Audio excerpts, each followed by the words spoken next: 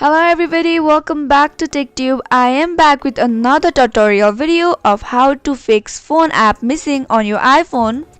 So to get started, first of all, let me tell you guys, it happens sometimes. Usually phone application be missing on your iPhone. So how to fix it?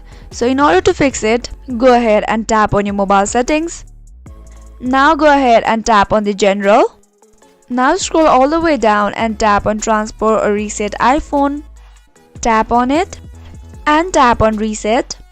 Now here you will be appear with several options. Now among them is reset home screen layout.